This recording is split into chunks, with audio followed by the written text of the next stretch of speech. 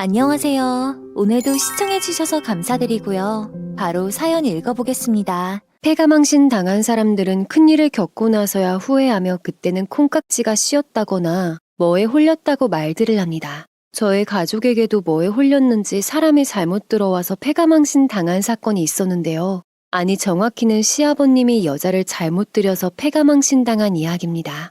그래, 내가 잘못했다. 근데 나도 다 사정이 있어서 그랬어. 당신이 내 말만 끝까지 잘 들어줬어도 내가 이렇게까지 하지는 않았을 거야. 결국 내가 이런 짓까지 한 데에는 당신 책임이 크단 말이야.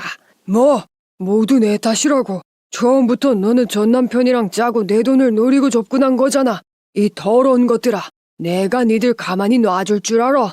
어디 콩밥이나 실컷 먹어봐. 네, 바로 아버님과 그 여자가 경찰서 안에서 사정없이 서로를 향해 비수를 던졌던 말들입니다. 이 사건 시아버님의 잘못된 재혼으로 부모 자식 간의 사이는 물론이고 시아버님의 인생까지도 흔들어 놓았던 기막힌 사연 이야기, 누구에게 창피해서 터놓고 말할 수 없는 이야기를 들려드릴까 합니다. 안녕하세요. 저는 여느 엄마들과 다를 바 없이 아이를 키우며 살림을 하는 평범한 여자였습니다. 가정적인 남편은 퇴근 후 항상 적극적으로 절 도와주고 아이들에게도 참 다정한 아빠가 되어줬어요. 그 덕분에 남편과는 아직도 신혼부부처럼 알콩달콩 살고 있습니다. 남편에게는 여동생이 한 명 있습니다.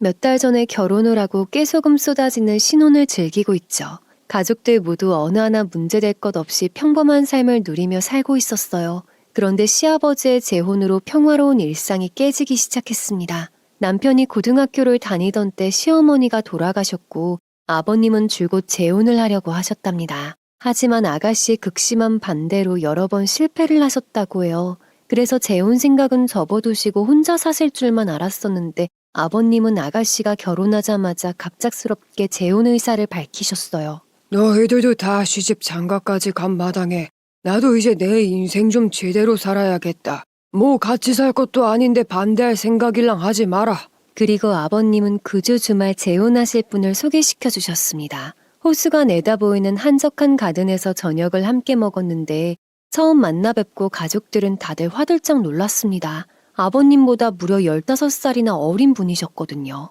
게다가 아버님의 그런 살가운 모습은 생전 처음 봤습니다. 손주들에게도 무뚝뚝하신 아버님이 그분에게는 어찌나 꼴이 뚝뚝 떨어지시던지요. 그분 밥 위에 반찬을 직접 올려주시고 행여나 물컵이 비어있으면 바로 물부터 따라주셨죠. 그 모습을 본 아가씨는 첫 만남부터 정말 싫다며 얼굴이 확 굳어졌을 정도였습니다. 얘기를 나눠보니 그분은 시장에서 작은 떡집을 하고 계신다고 하셨어요. 남편과는 5년 전 이혼을 했고 자식들 중 한 명은 대학을 다니고 한 명은 군대에 가 있다고 합니다. 아버님과는 나이 차이도 꽤 나는지라 남편이 어떻게 만나시게 되었는지 물었어요.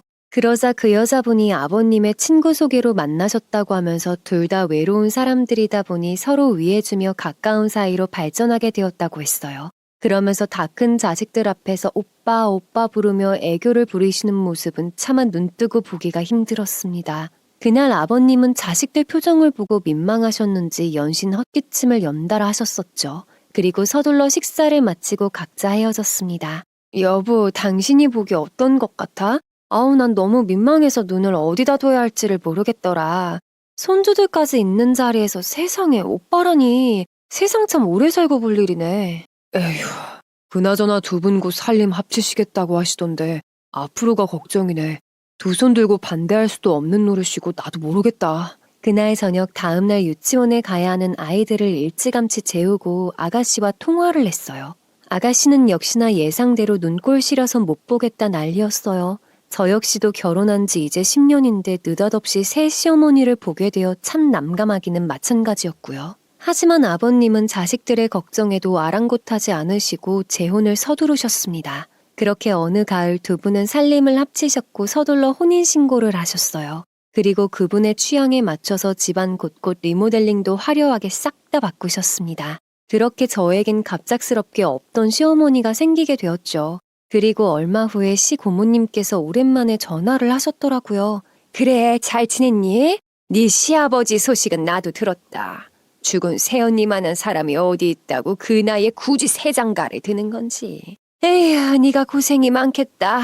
보아하니 이번에 만나는 여자 시장에서 장사를 오래 했다고 하던데 보통은 아니겠더라. 고모님은 어머님이 돌아가신 후로 집안에서 유일하게 남편과 아가씨를 살뜰히 보살펴주신 분이셨거든요. 고모님도 재혼하실 분을 만나보니 겉으로는 웃고 있는데 속으로는 무슨 생각을 하는지 도통 모르겠다고 하시면서 도무지 정이 안 간다며 절 걱정해 주셨어요. 고모님과 그렇게 통화를 하고 몇 주 동안은 싱숭생숭한 마음과는 다르게 예전과 다름없는 것처럼 지냈어요. 마치 태풍이 몰아치기 전 폭풍 전야처럼 말이죠. 어느 주말 아버님이 자식들을 모두 호출하셨습니다. 새아가랑 민정이 너희 둘 다 잘 들어라. 너희 엄마 죽고 나서 이제까지는 어영부영 지냈는데 올해부터는 이제 안주인도 생겼고 해서 제사랑 집안 행사 제대로 챙길 생각이다. 아빠 진짜 적당히 좀 해. 우리가 언제부터 제사를 지냈다고 그래. 그럼 우리 엄마 제사상도 차리실 거래? 살림 합친 지 얼마나 됐다고 벌써부터 이래? 이건 아니지. 아가씨가 이건 아니라며 설득해 보았지만 아버님은 이미 그분에게 모든 집안의 대소사와 통장마저도 다 넘겨주신 상태였어요. 돌아가신 어머니에게는 월급 통장 한 번을 가져다 주신 적이 없던 분이셨는데 말이죠. 그렇게 불편한 분위기에서 그분은 갑자기 활짝 웃으며 식사 준비를 하자고 하셨어요. 이제부터 편의상 시모라고 호칭하겠습니다. 시모를 따라 엉겁결에 주방에 가보니 꽃게탕을 만드신다고 하면서 자연스럽게 저에게 고무장갑을 툭 던져주시며 꽃게 손질 좀 해보라고 말씀을 하셨죠. 속으로 얼른 밥만 먹고 얼른 집에 가고 싶다는 생각밖에 들지 않았기에 서둘러 꽃게 손질을 마치고 밥을 새로 지었습니다. 그런데 시모는 무슨 생각인지 넋놓고 제가 하는 것만 쳐다보고 있더라고요. 어머니 꽃게탕 하신다면서요. 꽃게 손질 다 했는데. 그래. 근데 내가 어제 손을 좀 다쳐서 말이야. 이왕 하는 거 야채까지 좀 다듬어서 썰어줄래? 뭐 물는 거 있으면 물어보고 난 좀 쉬고 있을게. 순간 어이가 없어 이런 게 말로만 듣던 시집살이인가 싶었습니다. 아무것도 모르는 남편은 그때 애 둘을 돌보느라 정신이 없었고요. 때마침 아가씨가 주방에 들어와 혼자 일하고 있는 절 보게 되었죠. 그때 시모는 가만히 식탁 의자에 앉아서 손톱을 만지작만지작 하고 있었고요. 아가씨는 헛웃음을 치며 말을 했습니다. 아니 왜 밥을 언니가 혼자 하고 있어요? 저희 밥 해주시겠다고 부르신 거 아니었어요? 근데 왜 앉아서 손톱만 만지고 계세요? 어머, 날 무슨 못된 시어머니 취급을 하네. 내가 요즘 관절이 약해져서 무릎이 하도 아프길래 잠깐 앉아 있었어. 이건 못 무서워서 어디 앉지도 못하겠네. 이래서 계모 자리에는 시집을 오면 안 되는 건데 말이야. 정말 시모는 보면 볼수록 정말 보통이 아닌 것 같았어요. 자칫 잘못하다가는 억울한 일 많이 당하겠다 싶었습니다. 아가씨는 시모의 말에 일부러 밖에까지 다 들릴 정도로 이럴 거면 사 먹지 그랬냐며 괜히 밥 먹으러 왔다가 일만 하고 간다는 말을 했어요. 그제야 시모는 자리에서 일어나 아까 다 손질해 놓은 꽃게와 야채를 냄비에 넣더라고요. 그날 식탁 분위기는 당연히 좋을 수가 없었어요. 그런데도 아버님은 게살을 발라 시모 숟가락에 놓아주시느라 바쁘셨죠. 그 모습에 밥맛도 이미 다 떨어졌고 표정 관리도 잘 되지 않았습니다. 새아가 넌 밥맛이 없냐? 밥을 뭐 그리 깨작깨작 먹고 있어.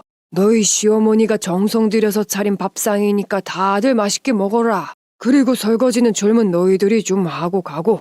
아버님 말씀에 겨우 참고 있던 서러움이 밀려오더라고요. 이제껏 뒤치다꺼리 다 하고 밥상도 따지고 보면 제가 다 차린 건데 말이죠. 시모는 보란듯이 절 보며 웃더니 선심 쓰듯이 피곤할 텐데 설거지는 놔두라고 하시더라고요. 아가씨와 전 속으로 부글부글 화가 끓어올랐습니다.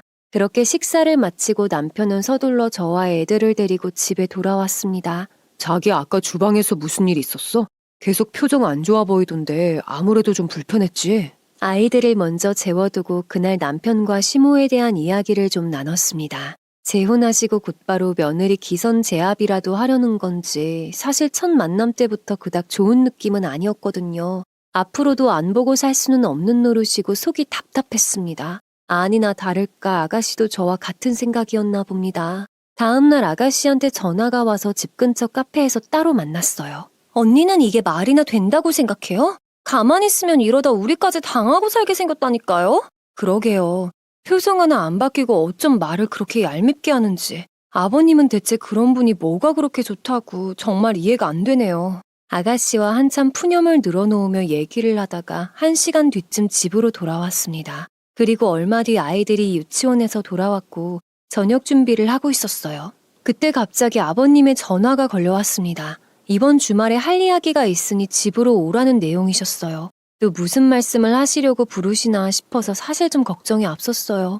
더군다나 시모 얼굴을 또 봐야 한다니 그것도 참 스트레스가 되더라고요. 그렇게 며칠 지나고 토요일 저녁 시댁을 방문했습니다. 가보니 아가씨 부부도 와 있었고 시모는 뭐가 그리 좋은지 싱글벙글 웃고 계시더라고요. 오는 길에 사온 빵을 전해드리고 다 같이 거실에 모여 앉았습니다. 아버님은 곧바로 얘기를 시작하셨어요. 바로 본론부터 말하마. 너희들 알다시피 내 앞으로 있는 상가 건물 두 채하고 시골 땅들에 대해서 얘기 좀 나눠보려고 불렀다. 우선 그러기에 앞서 집안의 어른인 새어머니 앞으로 이 집 명의를 넘겨줄 생각이다. 아니 그건 갑자기 무슨 말씀이세요? 이 집이 어떤 집인데요? 엄마가 젊어서부터 평생을 갖고 오신 집인데 그 집을 다른 사람도 아니고 그건 절대 안 돼요. 아버님 말씀에 남편과 아가씨는 곧바로 얼굴 표정이 확 굳어졌고 분위기는 이내 험악해졌어요. 저는 돌아가신 어머님을 뵌 적이 없지만 남편에게 듣기로는 정말 다정하고 가정적인 분이셨다고 해요. 그리고 남편과 아가씨가 태어나고 자란 이 집을 소중히 여기며 매일같이 쓰고 닦으셨다고 했습니다. 그런 집을 재혼하신 지 불과 2달이 채 안 되어서 덥석 넘겨주신다고 하니 제 마음도 사실 좋지 않더라고요. 게다가 지금 시댁 집값만 해도 억소리가 절로 나는데 뭘 믿고 그러시나 걱정도 되었고요. 남편과 아가씨의 반대에도 불구하고 아버님은 이내 서랍에서 서류 봉투를 꺼내 오셨습니다. 그리고 상가 건물을 한 채씩 자식들에게 나눠주셨어요. 대신 시골 땅과 시댁집 더불어 아버님 재산에 대한 건 더 이상 얘기하지 말라고 하시면서요. 고개를 돌려 시모 표정을 보니 아버님 옆에 딱 붙어서 싱글벙글 웃고 계시더라고요. 그러다 저와 눈이 마주쳤는데 뭐가 문제냐는 듯 어깨를 들썩이더군요. 결국 아가씨는 더 이상 화를 참지 못하고 언성을 높여 아버님께 따졌습니다. 아빠는 어떻게 이럴 수가 있어? 엄마한테는 평생 기껏해야 자동차 한 대 사준 거 말고 해준 게 뭐가 있었어? 아빠 저 아줌마랑 재혼한 지 얼마나 됐다고 벌써부터 이래.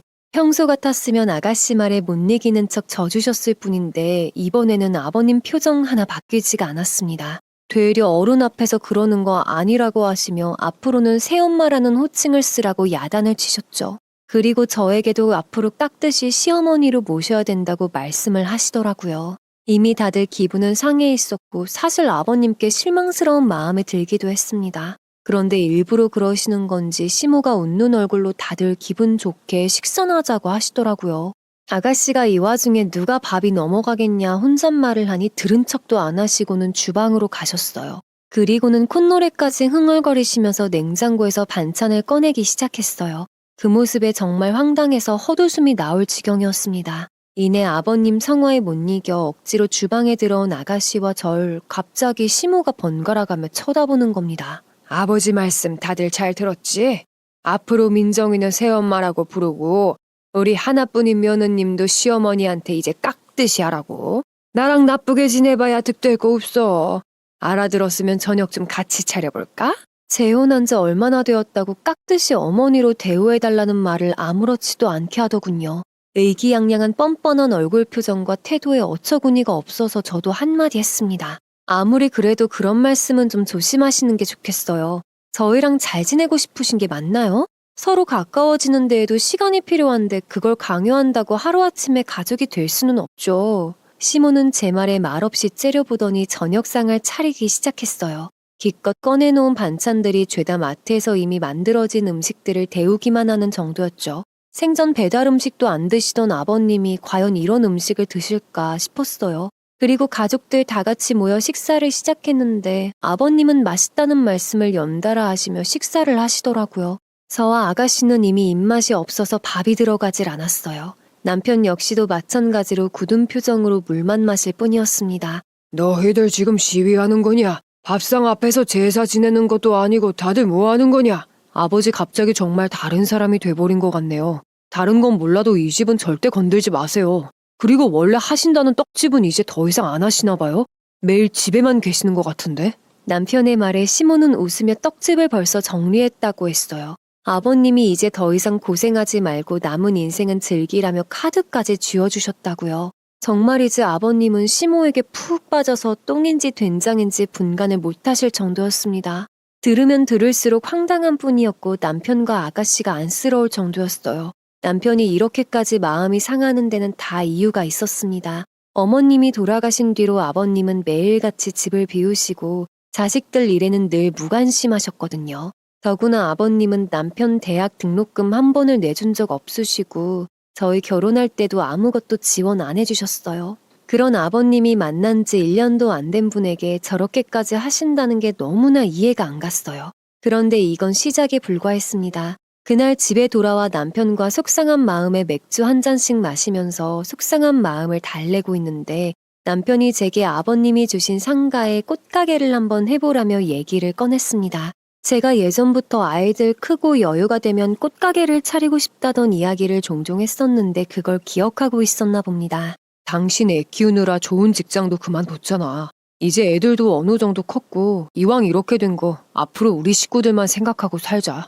내일 애들 유치원 가고 나면 바로 한번 알아봐. 남편은 그 말과 함께 지금 마음 같아서는 아버님에게 받은 상가 건물 안 받고 싶지만 살면서 딱 한 번 아버님 도움 빌린 거라고 생각하고 잘 살아보자고 하더라고요. 그렇게 한동안 가게 준비를 하느라 정신없이 보냈습니다. 그리고 한 달 후쯤 상가 건물 1층에 가게를 열었어요. 7년 전 임신을 하면서부터 직장을 할 수 없이 그만두게 됐는데 다시 일을 시작할 수 있게 되어서 오랜만에 들뜨는 건 사실이었어요. 가게 오픈한 기념으로 친정 식구들이 다녀가고 시댁에서도 화분을 사들고 오셨어요. 가게가 참 멋스럽고 좋다. 개업 축하한다. 어머, 역시 돈이 좋긴 좋네. 시아버지 잘 만나서 호강하고 사네. 앞으로도 시부모한테 잘하고 살아봐. 가만히 있어도 돈방석에 앉지. 마치 자기가 해준 것 마냥 으스대며 앞으로 잘하라는 말에 들떠있던 기분이 상해버렸습니다. 하지만 저번 일부터 해서 더 이상 시모와 엮이지 말자는 생각밖에 없었기 때문에 시모가 하는 말에는 최대한 신경 쓰지 않으려고 했어요. 아가씨는 그날 시모가 온다는 말에 마주치고 싶지 않다며 다른 날 따로 오겠다는 연락이 왔습니다. 저희 부부도 그렇고 아가씨 부부도 그렇고 웬만해서는 시모와 마주치기 싫어서 가급적이면 시댁에는 일절 방문을 하지 않았어요. 그러던 중 어버이날이 되어서 시댁 근처 식당에서 밥을 먹게 되었습니다. 남편은 가서 밥만 먹고 바로 나오자고 하는 걸 괜히 가정교육 못 받았다는 말까진 듣고 싶지 않아서 잠시 백화점에 들러 선물을 샀습니다. 시모의 화장품 세트와 아버님 구두를 한 켤레 사들고 식당에 갔더니 아가씨 혼자만 먼저 와서 기다리고 있었습니다. 아가씨, 왜 혼자 왔어요? 아, 언니, 왔어요? 오늘 남편은 주말 근무가 잡혀서 못 오고 혼자 왔어요. 그나저나 누가 반갑다고 같이 밥까지 먹자고 그런데요? 한 집에 같이 안 살게 망정이지 함께 살았다가는 화병 나서 못 살 것 같아요. 아가씨와 이런저런 이야기를 나누고 있다가 아버님과 시모가 도착해 식사를 시작했습니다. 식사를 하면서 시모는 오늘도 황당한 질문들을 하시더라고요. 남편 월급은 한 달에 얼마가 되냐, 가게 수입은 얼마나 나오냐, 건물에서 생기는 수입은 어떻게 관리하고 있냐 등등요. 그런 건 저희가 알아서 똑부러지게 관리하고 있으니 걱정 마시라고 딱 잘라서 말을 하자 이번에는 아가씨에게 말을 걸면서 애는 언제 가질 생각이냐, 부부싸움은 안 하냐 별걸 다 물어보시더라고요. 아가씨는 실례되는 걸 그렇게 물어보면 어떡하냐 하며 톡 쏘아붙였어요. 그러자 아버님도 무안하셨는지 얼른 밥이나 먹으라며 말을 끊으셨습니다. 참 만날 때마다 느끼는 거지만 어쩜 상대에 대한 배려도 없고 손아래 사람이라고 하지만 예의도 갖추지 않는 건지 매번 만날 때마다 기분이 안 좋아졌어요. 아버님 때문이라도 참아보려고 노력은 하고 있지만 가면 갈수록 스트레스는 언제 터질지 모르는 풍선처럼 쌓여만 갔습니다. 그날도 밥을 다 먹어갈 때쯤 시모가 절 빤히 쳐다보더라고요. 아니, 아무리 그래도 어버이날인데 빈손으로 온 거야? 세상에 공짜로 건물까지 받아놓고는 시부모한테 입 싹 씻는 거야? 너무하네. 사람이 그러는 거 아니야. 가실 때 드리려고 차에서 선물 안 내렸어요. 그리고 매번 그런 말씀 사실 듣기 좋진 않네요. 아버님이 남도 아니고 자식들한테 주신 건데요. 그렇죠? 아버님은 연신 헛기침만 하시면서 어버이날까지도 얼굴을 붉혀야 하냐고 한마디 하셨어요. 그렇게 불편한 자리가 끝나고 집에 돌아가기 전 차에서 선물을 꺼내드렸습니다. 하지만 시부모님은 고맙다는 말 한마디 없이 휙 받아서 차에 타고 가시더라고요. 속에서는 역시나 부글부글 들끓어 올랐지만 겨우 참았네요. 최대한 마주치지 말고 사는 게 답이라는 생각밖에는 안 들었죠. 그런데 며칠 뒤가 시어머님 제사라 하는 수 없이 시댁을 가야 하는 상황이 또 생겼습니다. 더군다나 재혼하신 분 입장에서 본처 제사를 지낸다는 게 말이나 되나 싶어 걱정이 되었어요. 그래서 제삿날 당일 아가씨와 전 미리 만나 장을 봤어요. 남편은 퇴근 후 곧장 시댁으로 오겠다고 했고 아이들은 그날 유치원에서 좀 일찍 하원을 시켜 같이 시댁에 갔습니다. 시댁에 갔더니 아버님은 외출을 하셔서 집에 안 계셨고 시모는 역시나 한가롭게 소파에 누워 TV를 보고 계시더라고요. 아이들은 2층의 작은 방에서 놀라고 올려보내고 아가씨와 전 주방에서 제사상에 올릴 음식을 준비했습니다. 음식을 준비하는 내내 시모는 단 한 번도 주방에는 시선도 주지 않으셨죠. 그렇게 정성스레 제사상을 모두 차리고 잠시 앉아서 한숨 돌리고 있었습니다. 아가씨와 차 한 잔 마시고 있는데 갑자기 2층에서 큰 소리가 나더니 애들 울음소리가 들리더라고요. 깜짝 놀라서 다급하게 뛰어 올라가 봤습니다. 그랬더니 시모 손에 저희 딸 휴대폰이 들려 있었고 애들은 닭똥 같은 눈물을 뚝뚝 흘리고 있었어요. 지금 뭐 하시는 거예요? 얘들아, 무슨 일이야? 괜찮으니까 엄마한테 말해봐, 어서? 엄마, 저 할머니가 나한테 막 화내면서 내 휴대폰 뺏어갔어. 그게 무슨 소리인가 싶어 시모를 쳐다보니 정말 화가 나는 소리들만 늘어놓더라고요. 아니 글쎄 애들끼리 2층에서 휴대폰만 보고 있길래 내가 지금부터 공부 안 하면 커서 월급쟁이밖에 안 된다고 휴대폰 좀 뺏었어. 그랬더니 휴대폰 달라고 대들길래 버릇 좀 고쳐놓으려 했더니 울고불고 난리지 뭐야.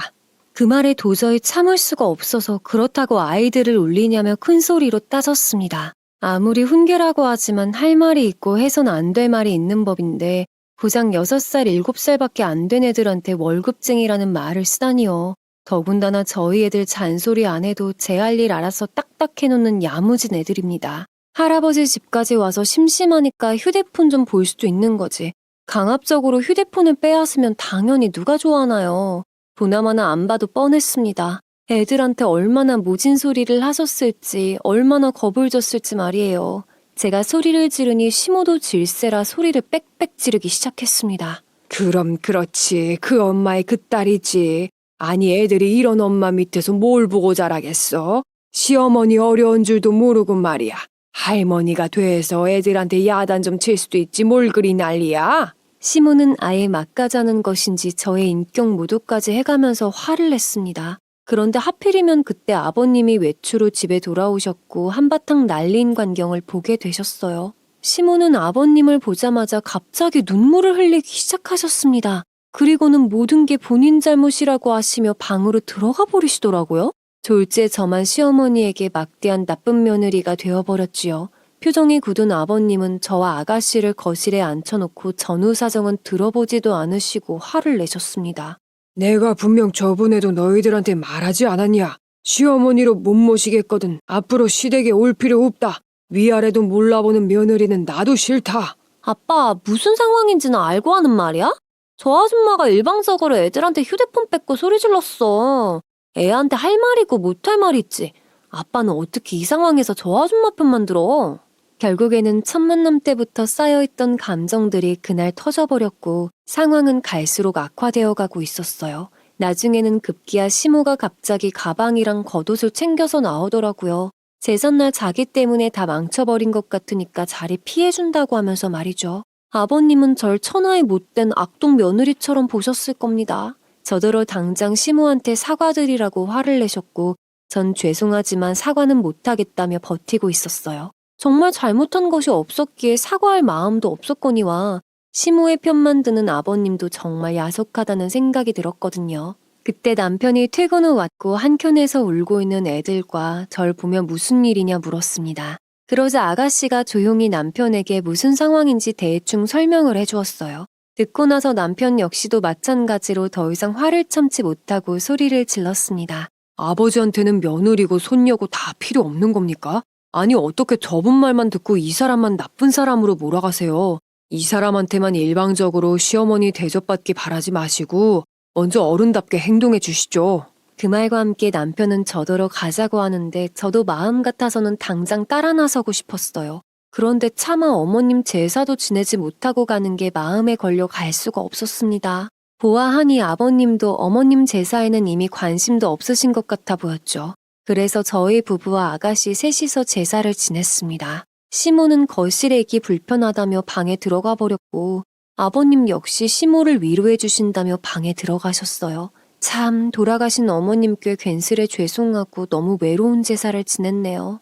남편은 쓸쓸한 제사상 앞에서 차오르는 눈물을 꾸역꾸역 참고 절을 올렸어요. 그 모습을 보는 저와 아가씨도 결국 눈물을 참지 못하고 조용히 울고 있었고요. 제사를 마친 후에 셋이서 조촐히 밥을 먹고 있었는데 아버님과 시모가 방에서 나오시더군요. 제사 끝났나 보네. 괜히 내가 나서서 제삿날을 망쳐버려서 이걸 어쩌나. 오늘은 엄마 생각하면서 오순도순 밥 먹어. 난 아버지랑 나가서 밖에 가서 사 먹고 들어올게. 그 말과 함께 두 분은 어머님 제삿날 외식을 하러 집 밖을 나가셨어요. 그 모습을 보고 있자니 정말 사람이 맞긴 한가 싶을 정도였네요. 적어도 양심이 있다면 이렇게까지 하지는 못할 텐데 말이죠. 저희끼리 뒷정리를 모두 하고 그날 저희 집으로 아가씨와 함께 갔어요. 우선 많이 놀랐을 아이들을 안심시키고 재웠습니다. 그리고 정말 오랜만에 셋이서 술 한 잔씩 마셨는데 참 기분이 씁쓸하더라고요. 잘 마시지도 못하는 술을 연달아 마시는 남편을 보고 있자니 마음이 너무 아팠습니다. 옆에서 제가 해줄 수 있는 거라고는 고작 위로밖에는 없었어요. 하물며 아버님까지 어떻게 어머님께 이렇게 배신을 하실 수 있는지. 그 뒤로 몇 주간 시댁과 아무 왕래도 하지 않고 지냈습니다. 그러다 어느 날 아침 일찍부터 시모한테서 먼저 연락이 왔어요. 할 말이 있으니 좀 보자고 하시면서 벌써 저희 집 근처에 와 있다고 하시더라고요.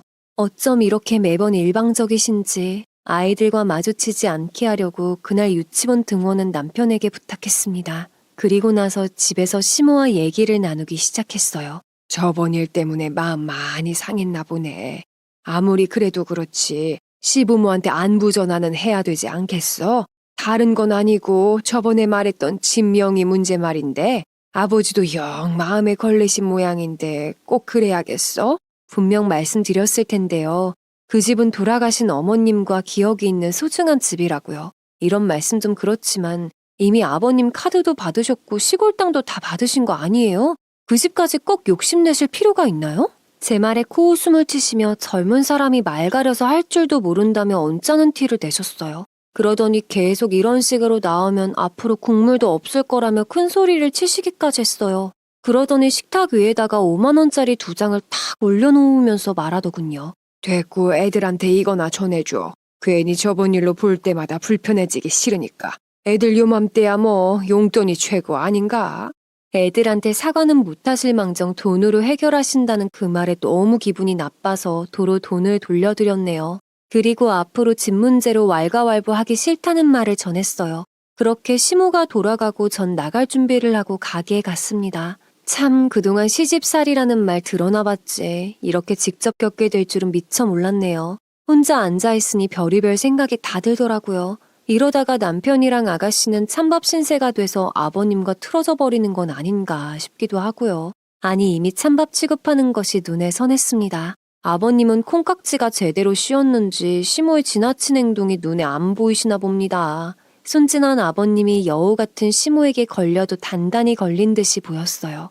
게다가 나이 차이도 많이 나는 시모가 대체 왜 아버님과 재혼을 했는지 의심스럽기도 했습니다. 재혼 후 곧장 몇십 년 장사를 하신 떡집을 그만두신 것도 그렇고 신용카드랑 시골 땅이랑 죄다 시모가 가져가신 것도 그렇고요. 오후쯤 되어 예약 손님들만 받고 나서 싱숭생숭한 마음으로 집에 돌아왔습니다. 며칠 너무 무리를 했는지 몸살 기운도 좀 있는 듯하고요. 집에 와서 옷만 갈아입고 침대에 누워있으니 저도 모르게 잠이 들었습니다. 그렇게 2시간을 자고 일어나서야 잠에서 깨어났어요. 눈을 떠 휴대폰을 확인해 보니 아버님께 부재중 전화 3통이 와 있었어요. 또 무슨 소리를 하시려고 전화를 하신 건가 싶어 눈 뜨자마자 인상이 찌푸려졌네요. 물 한 잔 마시고 나서 아버님께 전화를 걸었더니 역시나 시모에 대한 얘기였습니다. 그래 오늘 시어머니 너희 집 다녀갔다는 건 들었다. 너희들도 내 말을 무시하고 시어머니한테 함부로 대하는 마당에 나도 더 이상 너희들 뜻 다 들어줄 수는 없겠다. 차라리 속 편하게 앞으로 각자 살자. 뭐라 대답할 겨를도 없이 아버님은 전화를 먼저 끊으셨고 저희도 너무 황당하고 상황 설명을 드린다는데 아버님에게는 변명거리로 들릴 것 같아 그 후로는 정말 몇 달간 어떤 연락도 왕래도 없었습니다. 아마도 생각하기로는 시댁집 명의는 이미 시모에게 넘겨주신 것 같았어요. 하지만 더 이상 남편과 아가씨도 시댁 일에는 신경 쓰지 않기로 마음을 먹었어요. 이미 아버님 눈에는 시모뿐인 걸 모두 알고 있었으니까요. 그러던 중에 시고모님께 오랜만에 전화가 와서 마침 근처라고 하시더라고요. 그래서 저희 가게에 오셔서 차 한잔 마시며 얘기를 나눴습니다. 너희 시아버지랑 연 끊고 지내고 있다며? 참 집안에 사람 하나 잘못 들어와서는 에휴. 예, 안 그래도 그 여자 수상한 점이 한둘이 아니야. 아무리 봐도 작정하고 네 시아버지한테 첩분한 것 같다니까? 아니 고모님 왜요? 무슨 일 있으셨어요? 고모님 말씀에 의하면 아무래도 남자가 있는 것 같다며 수상하다는 말씀을 하셨어요. 15살이나 어린 여자가 미쳤다고 다 늙은 집에 시집을 왔겠냐 하시면서 말이죠. 아버님이 낮에는 주로 운동도 하시고 일 때문에 집을 대부분 비우시거든요. 어느 날 고모님이 낮에 연락 없이 아버님 뵈러 집에 잠깐 들리셨는데 글쎄 웬 남자랑 시모랑 단둘이 집에 있었다고 하시더라고요. 말로는 사촌 동생이라고 하는데 어딘지 모르게 당황한 모습이 수상해 보인다고 하시는 겁니다. 고모님은 마음 같아서 뒷조사라도 해보고 싶다며 좀 도와달라는 말씀을 하셨어요. 죽은 사람 소원도 들어준다는데 이 고모 소원 좀 들어주라. 나도 이런 부탁하는 거 좀 그런데 다 늙어서 괜히 여자 하나 잘못 만나서 집안 꼴 우습게 되면 안 되지 않니? 부탁 좀 하자. 고모님 부탁에 정말 하는 수 없이 며칠 가게를 닫고 시모 뒤를 밟았습니다. 아버님이 집을 나서면 곧바로 차를 타고 매일같이 외출을 했어요. 어느 날은 백화점에 갔는데 주차장 입구에서 웬 남자를 만나 팔짱을 끼더라고요. 그리고는 백화점을 돌아다니며 명품관에서 그 남자 옷이랑 신발을 잔뜩 사주시는 겁니다. 그 후로는 다시 따로 차를 타고 외딴 호숫가로 갔어요. 그 광경을 보면서 사실 크게 놀랍지도 않았습니다. 처음부터 아버님을 사랑해서 재혼을 했다고는 생각하지 않았거든요. 단지 마음에 걸리는 건 혹시나 돈을 노리고 접근한 거라면 그런 일은 막아야 된다고 생각했어요. 언제 뒤통수를 치고 도망갈지 모르는 거니까요. 그날 밤 남편이 퇴근 후 돌아와서 같이 저녁을 먹고 난 뒤 시모를 미행한 이야기를 했습니다. 정말 그게 사실이야? 나도 그럴 줄 알았어. 그럼 그렇지 어딘가 모르게 사람이 진실되지가 않아 보였어. 그런데 이제 와서 우리랑 무슨 상관이야? 난 더 이상 아버지도 그렇고 그 여자랑은 더더욱 엮이고 싶지 않아. 아무리 그래도 어머님 평생을 고생만 하셨다며. 그런데 고작 그런 사람 때문에 재산 다 뺏기고 집안 망하면 어머님이 좋아하시겠어? 아닌 건 아닌 거니까 우선 내가 내일 고모님과 의논해 볼게. 그리고 다음날 고모님을 따로 만나서 며칠간 본 일에 대해서 얘기를 나눴습니다. 당장에 아버님을 찾아가서 말씀을 드린다고 해도 또 어떤 핑계를 대면서 아버님을 설득할지 모르는 일이라 참 막막했습니다. 고모님은 제 얘기를 들으시고는 착잡한 마음으로 한참 생각을 하시더니 그래도 시댁으로 가서 아버님과 이야기를 해보겠다 하셨어요. 뭐 오빠가 어떤 결정을 하던지 간에 그건 오빠 선택이지만 어떻게 우리가 알고 모른 척 가만히만 있겠니? 넌 같이 가기 좀 그럴 테니까 나 혼자 가서 네 시아버지랑 얘기 좀 나눠봐야 되겠다. 결국 고모님 혼자 가시는 게 마음에 걸려 저도 함께 시댁으로 향했습니다. 다행히 그날 아버님이 마침 집에 계셨어요. 그래서 몇 달 만에 아버님 얼굴을 뵙고 고모님과 함께 얘기를 나눴습니다. 다행히 시모는 앞에 마트에 잠시 간 상태라 집에 없는 상태였어요. 오빠 제발 정신 좀 차려. 이 나이 먹고 길바닥에 나앉고 싶어서 아주 작정을 했소? 하도 수상한 게 한둘이 아니야. 요 며칠 보니까 글쎄 밖에서 딴 남자를 만나더라니까. 고모님과 저는 휴대폰으로 시모와 다른 남자가 함께 있는 모습을 찍은 사진을 보여드렸습니다. 그 사진을 보신 아버님은 한참 동안 아무 말씀이 없으셨어요. 고모님 말씀을 계속 듣기만 하시더니 그제야 말씀을 하셨습니다. 그런데 마치 저와 고모님이 사람 한 명을 작정하고 나쁜 사람을 만들고 있는 것처럼 말이에요. 아버님은 시모가 절대 그럴 사람이 아니라며 저희가 뭘 착각한 거라고 되려 편을 들어주시는 겁니다. 그때 마침 시모가 돌아오셨고 아버님은 대놓고 물으셨어요. 아니, 당신 어제 백화점에서 다른 남자랑 쇼핑하고 다녔다는 게 사실이야? 세상에 누가 그런 모함을 해요? 어제 내 사촌 동생 좀 만나서 옷 좀 사입힌다는 게 이런 오해를 받을 줄 몰랐네. 그리고 고모도 그렇고 다들 너무하네. 그렇다고 쪼르르 오빠한테 와서 일러 바치는 거예요? 고모님은 기가 찬다고 하시며 어느 누가 미치지 않고서야 사촌동생이랑 대낮에 껴안고 스킨십을 하냐고 물으셨어요. 그러자 눈 하나 깜짝하지 않고 오해라며 딱 잡아떼는 겁니다. 그 모습에 정말 더 이상 할 말을 잃었어요. 결국 아버님은 끝까지 시모 편을 들어주면서 고모님과 저에게 화를 내셨어요. 그 일로 고모님은 마음이 상하셨고 저와 고모님은 시댁에서 나왔습니다. 내가 괜한 짓을 했어. 에휴, 미안하다. 내 부탁 때문에 네가 고생 많았는데 어쩜 네 시아버지는 사람이 저럴 수가 있니? 아주 여자의 눈이 멀어서 가족도 다 내팽개치는구나. 아니에요, 고모님. 고모님도 다 아버님 걱정되셔서 그런 건데요, 뭐. 제가 집까지 바래다 드릴게요. 타세요. 그날 고모님을 댁까지 모셔다 드리고 집에 돌아오니 정말 기운이 쭉 빠졌어요. 이런 일은 드라마에서나 봤었지 제게도 이런 말도 안 되는 일이 생길 줄은 몰랐는데 말이에요. 그날 저녁 남편은 얘기를 듣더니 그럴 줄 알았다며 다시 한번 아버님께 실망을 했어요. 저 역시도 앞으로 시댁 일에는 절대 관여하지 말아야지 속으로 생각을 했습니다. 아가씨에게는 일부러 걱정만 할 것 같아 말도 꺼내지 않았고요. 그 다음날 시모한테서 전화가 왔었는데 더 이상 관여하고 싶지 않아 받지 않았더니 아파트 입구는 어떻게 들어왔는지 집까지 찾아와 현관 벨을 누르고 문을 열어달라고 했어요.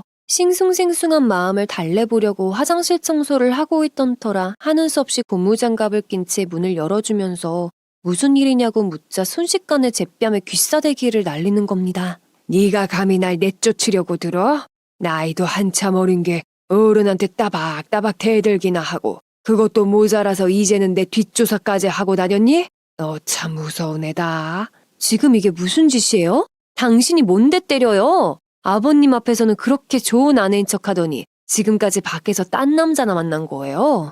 더 이상은 저도 엮이기 싫으니까 그만 돌아가 주세요. 맞은 뺨이 욱신욱신거렸고 맞은 것이 너무나 억울했지만 뭐라고 해도 엄연히 시모인지라 그만 돌아가라며 밖으로 밀어내고 문을 걸어 잠궜습니다. 문 밖에서 시모는 상속받은 재산마저 다시 뺏기고 싶지 않으면 얌전히 있으라며 큰소리로 협박을 하고 돌아갔습니다. 시모가 가고 나서 거울을 보니 뺨을 얼마나 세게 때린 건지 빨갛게 부어올랐고 손톱 자국까지 있었어요. 살면서 저렇게까지 경우 없는 사람을 본 적은 처음이라 정말 어떻게 해야 할지 순간 뇌가 멈춘 것 같았습니다. 그러다 점심때쯤 남편에게서 전화가 왔고 괜히 일 키우고 싶지 않아서 티 안 내려고 했는데 남편 목소리를 들으니 서러운 눈물이 왈칵 쏟아져 버렸어요. 남편은 계속해서 무슨 일이냐고 물었고 결국 시모한테 맞은 이야기와 협박 이야기를 다 털어놓았습니다. 맞았다는 소리에 남편은 제대로 열이 받아서 급하게 조퇴를 하고 곧장 집에 왔어요. 괜찮아? 더 이상은 가만 못 있겠다. 사람을 물로 봐도 유분수지. 자기가 뭐라고 내 와이프 뺨을 때려? 얼른 옷 챙겨 입어. 당장 집에 좀 가자. 남편을 말리려고 애를 써봤지만 이번에는 도통 말릴 수가 없는 상황이었어요. 그날 애들은 친정에 잠시 맡기고 저와 남편은 시댁으로 향했습니다. 남편은 들어오자마자 시모를 향해 벌컥 소리를 질렀어요.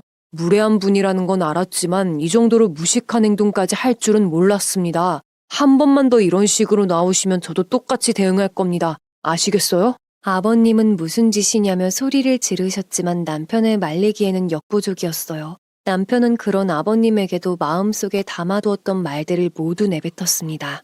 엄마 돌아가시고 나서부터 언제 아버지 역할을 하신 적이 있긴 합니까? 이렇게까지 된 마당에 저도 살면서 아버지 찾아오는 일 없을 겁니다. 그리고 남편은 절 데리고 곧장 시댁에서 나와 아이들이 있는 친정집으로 향했어요. 어머님이 돌아가시고 난 후로 남편이 소리내어 우는 모습은 단 한 번도 본 적이 없었는데 그날 남편은 차 안에서 펑펑 울며 제게 미안하다는 말을 했습니다. 옆에 있는 저 또한 눈물범벅이 되어 둘 다 한참을 울었어요. 그렇게 눈이 퉁퉁 부어 친정집으로 가니 친정 부모님도 깜짝 놀라셨죠. 그날 일에 대해서 대충 설명을 해드리자 부모님은 그런 남편을 안쓰럽게 여기며 다독여 주셨어요.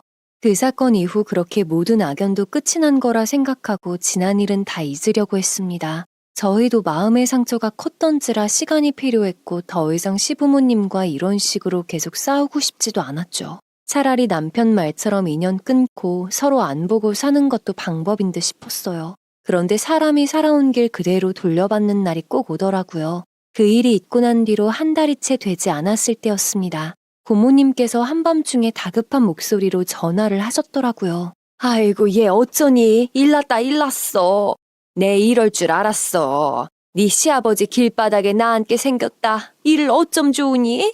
갑자기 아버님으로부터 당장 와달라는 전화를 받고 고모님이 시댁에 가보니 집안이 난리도 아니었다고 합니다. 요즘 들어서 시모가 시도 때도 없이 집을 비우고 거기다가 자꾸 현금을 달라고 했다고 하네요. 아버님도 설마 하는 마음에 사람을 시켜서 요 며칠 시모 뒤를 쫓으셨는데 아주 부동산을 드나들었다고 합니다. 알아보니 아버님이 시모에게 넘겨주신 시골 땅들을 하나둘씩 몰래 팔고 있었고요. 결국 그 일로 아버님과 시모가 말다툼을 크게 하셨고 시모는 잘못했다고 하면서 며칠 내로 땅 판 돈이랑 시댁집 명의를 다시 아버님께 돌려주기로 했다고 합니다. 그런데 오늘 아침 일어나 보니 갑자기 시모가 잠적을 해버린 거였어요. 시댁집 명의는 여전히 시모 앞으로 되어 있었고 통장에 현금은 모두 빼간 상태랍니다. 남편은 옆에서 통화 내용을 듣더니 절대 신경 쓰지 말라며 딱 잘라 말을 했습니다. 더 이상 우리랑 상관없는 일이야. 아버지가 저지르신 일이니 알아서 하시라고 해. 저도 물론 더 이상 엮이고 싶지 않았지만 부모님 얼굴을 봐서라도 그럴 수가 없었어요. 결국 그날 남편을 설득해 시댁으로 갔는데 정말 쑥대밭이 따로 없었습니다. 싱크대 위에는 설거지거리가 산더미처럼 쌓여 있었고요. 거실에는 뭐가 그렇게 정돈이 안 되어 있는지 통장이며 등기 서류며 여기저기 흩어져서 난리도 아니었습니다. 아버님은 저와 남편을 보더니 면목 없다면서 후회하는 목소리로 말씀하셨어요. 면목 없구나. 내가 나이만 들었지 사람을 잘못 봤나 봐. 아버님의 말씀에 남편은 한숨을 쉬면서 곧장 경찰서로 가서 신고를 했어요. 다행히 남편 지인 중에 변호사가 있어서 곧장 소송 준비를 할 수 있었습니다. 알고 보니 시모는 이미 사기 전과가 2차례나 있는 전과범이었고 시모가 사촌 동생이라고 그렇게 우기던 그 남자는 알고 보니 전 남편이었습니다. 두 사람이 5년 전에 이혼했다는 말은 모두 거짓이었고 그 두 사람 무슨 이유인지 모르겠지만 아마도 위장 미혼을 한 듯하다며 형사분이 말씀을 하셨어요. 아버님은 시모가 집을 나간 후로 너무 충격을 받으셨는지 한동안 식사도 거의 안 하시고 집 밖을 나가지도 않으셨습니다. 아가씨는 뒤늦게 이 사실을 알고 경악을 금치 못했어요.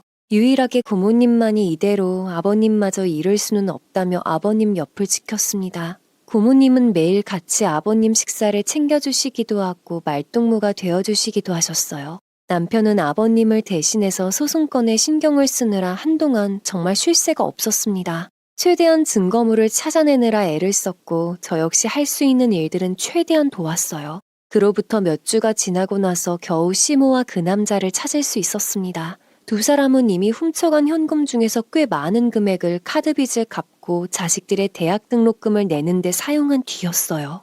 처음 경찰서에서 대면했을 때 시모 표정을 아직도 잊을 수가 없습니다. 아주 뻔뻔하고 당당한 표정으로 이 모든 원인을 아버님 탓으로 돌렸어요. 그래, 내가 잘못했다. 근데 나도 다 사정이 있어서 그랬어. 당신이 내 말만 끝까지 잘 들어줬어도 내가 이렇게까지 하지는 않았을 거야. 결국 내가 이런 짓까지 한 데는 당신 책임이 크단 말이야. 모두 내 탓이라고. 처음부터 너는 전 남편이랑 짜고 내 돈을 노리고 접근한 거잖아. 이 더러운 것들아. 내가 니들 가만히 놔줄 줄 알아. 어디 콩밥이나 실컷 먹어봐. 경찰서 안에서 아버님과 시모는 예전에 다정했던 모습은 온데간데 없고 사정없이 서로를 향해 비수를 던졌어요. 예전에는 시모의 말이라면 파츠로 매주를 쓴다고 해도 믿던 아버님은 경찰에게 당장 저 여자를 깜빵에 쳐넣으라며 악을 쓰셨습니다. 늦게나마 뒤통수를 맞은 후에야 콩깍지가 벗겨지셨나 봅니다. 그 뒤로 재판 날짜가 잡히고 상황이 점점 불리해지는 걸 뒤늦게 느낀 시모는 그제야 아버님께 잘못했다고 싹싹 빌면서 진정으로 사랑했노라고 설득하려 들었어요. 하지만 콩깍지가 벗겨진 아버님에게 시모의 설득이 통할 리가 없었죠. 결국 아버님과 시모의 끝은 정말 인간으로서의 가장 밑바닥인 모습을 보인 채 끝이 나고 말았습니다. 남편은 소송이 마무리된 후로 아버님 일에 대한 모든 관심을 끊었어요. 이미 남편 마음에는 수없이 깊은 상처가 생겨버렸기 때문에 아버님을 예전처럼 편하게 대하기가 어렵다고 했죠. 저와 아가씨도 마찬가지로 쉽사리 아버님과의 관계가 좋아지지는 않았습니다. 지금 현재도 마찬가지로 명절이나 아버님 생신이 아니면 시댁에도 일절 가지 않고 있어요. 아버님은 지난날의 잘못을 요즘 들어 많이 뉘우치고 계신 듯합니다. 돌아가신 어머님이 계신 납골 땅에 거의 매일같이 가신다는 말을 들었거든요. 재혼을 하셨더라도 아버님께서 조금만 협력하셨다면 어땠을까 생각해봅니다. 이미 지난 일들이 돌이킬 수 없는 것이 참으로 안타까운 마음뿐이랍니다. 아마도 가족 간의 멀어진 관계를 하루아침에 돌이키기는 어렵겠지만 시간이 지나면 서로의 상처가 좀 아물었을 때 서로가 서로를 이해할 수 있는 날이 오지 않을까 싶습니다. 시아버님의 재혼으로 인해 겪은 기가 막힌 사연이라 어디 마음 놓고 털어놓을 데가 없었는데 이곳에서 사연으로 이렇게 털어놓으니 마음이 좀 홀가분해지는 것 같습니다. 아버님과 저희 가족이 받은 상처가 빨리 아물기를 바라면서 이만 줄일까 합니다. 긴 사연을 들어주셔서 감사하고 여러분들 삶에는 모쪼록 좋은 일만 가득하시길 기원드리겠습니다.